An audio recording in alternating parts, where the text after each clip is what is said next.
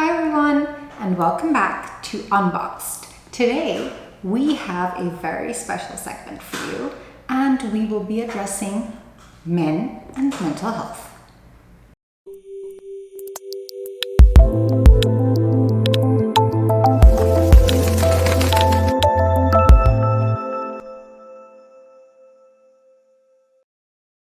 Let's start off with that saying we've always heard. Sadness is a sign of weakness. Yes, unfortunately, that's what the men in our society are taught. And you know what? That saying is so outdated and so wrong. First of all, sadness is a normal emotion. And yes, regardless of whatever gender you have, you are entitled to feeling your emotions. You are allowed to feel your emotions. And it's actually healthy to experience them, express them, and have them dealt with. So let us start off by understanding that if a man is experiencing emotions, whether it be sadness, happiness, anger, whatever that emotion may be, he is entitled to it. And sadness is not a form of weakness. Sadness is showing that you are just basically human. And what is wrong with that?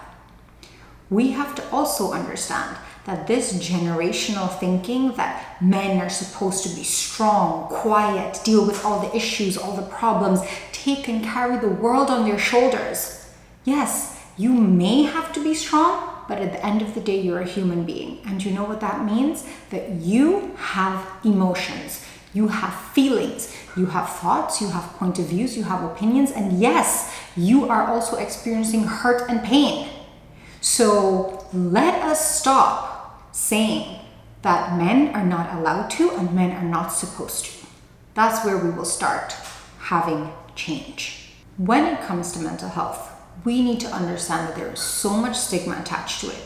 Can you imagine how much more stigma is attached to men and mental health? A lot more. And because of this, they don't want to reach out, they are afraid to open up, or they are made to feel like they will be weak or they will be less of a man for doing so. But when we understand that mental health issues are basically the same as having diabetes or hypertension or any other illness, because there is a chemical imbalance in the brain that's causing it in the first place, then our perspective can change. So we have to understand that yes, the men will hurt, they do have feelings, and they can be affected the same way as anyone else. What people also don't realize is that this way of teaching our little boys when they're growing up that, you know what, you're not supposed to cry, only girls cry, oh, you do this like a girl, and we make them feel less masculine for doing the things that they're doing, and we make them feel bad about it, and we make them feel guilty, and we make them feel like, oh, you are less of a person or less of a man for having emotions, for expressing them, or for feeling something, or for even exhibiting signs of pain or hurt. Then you are creating toxic masculinity.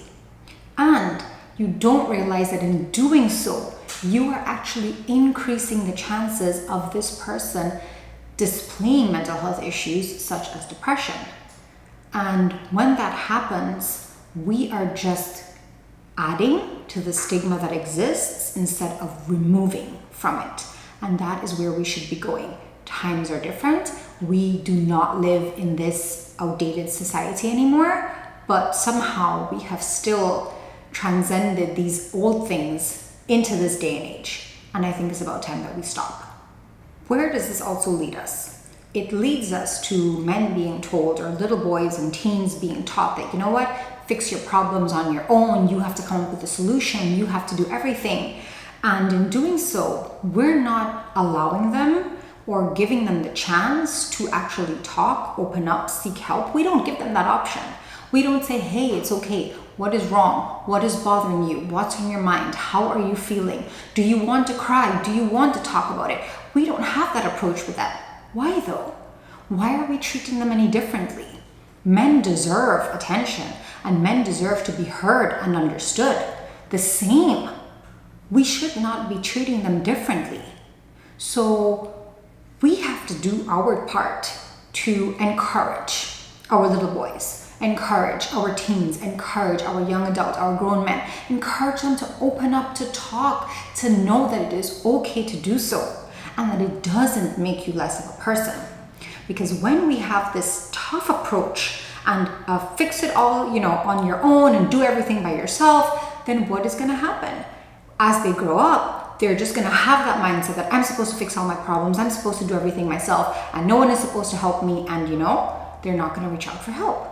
And because we make it so taboo for them to do so, that will create even smaller spaces and chances that they will get help when they really need it.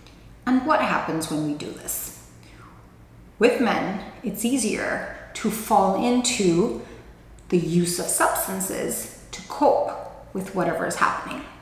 And that substance use very easily becomes substance abuse or misuse because we're using these substances for all the wrong reasons. It is a negative coping mechanism, and instead of having a positive impact, it just makes things worse.